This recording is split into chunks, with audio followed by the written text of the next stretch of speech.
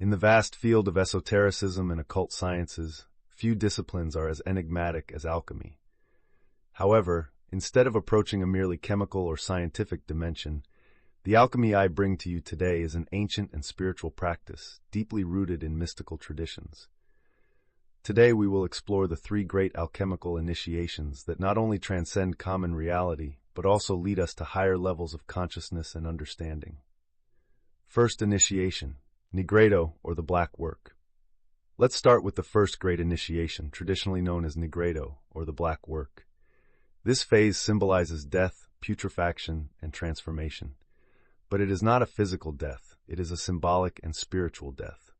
During this phase, we face our own inner demons, our darkest shadows, and our deepest fears. It is a moment of confrontation with our most intimate self, where we question our beliefs, values, and even the very nature of our existence. Imagine a moment in your life when everything seemed to fall apart. It might have been a personal crisis, a profound loss, or a moment of intense disillusionment. During Nigredo, these experiences are seen as opportunities for growth and purification.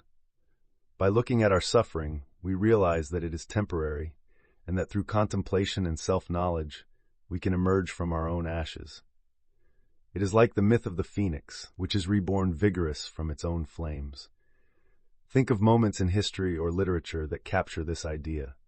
The concept of the fallen hero who must descend into the underworld of his own challenges before re-emerging. Iconic examples can be found in ancient myths like that of Orpheus, or in more modern stories, such as the protagonist's journey in The Lord of the Rings, when Frodo must face the horrors of Mordor. In our real lives, Nigredo can be perceived in therapeutic processes or moments of existential crisis, where introspection and reflection are essential for transformation. Second initiation, Albedo, or the White Work.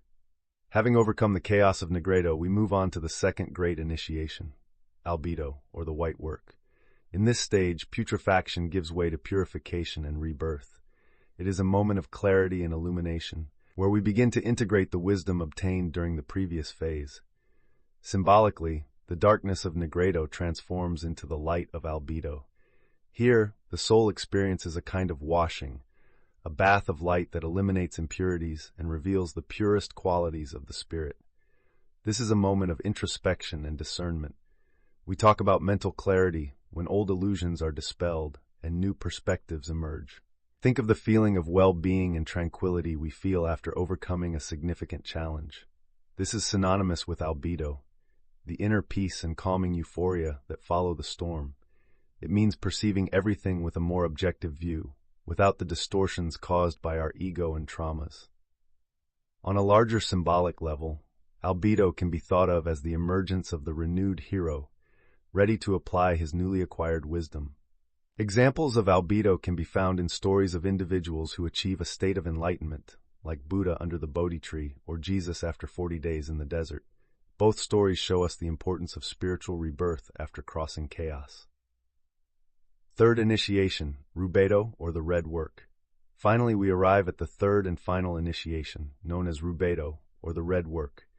This stage symbolizes the union of spirit and matter, the alchemical marriage between the sun and the moon.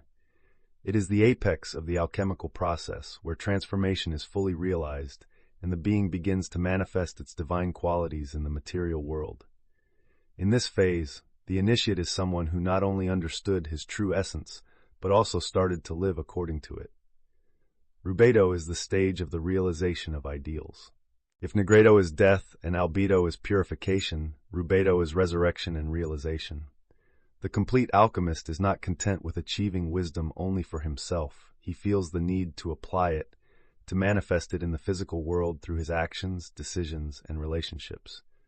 This is a moment of immense responsibility because great spiritual power comes with a great need for practical wisdom. Many spiritual traditions speak of this return to the world.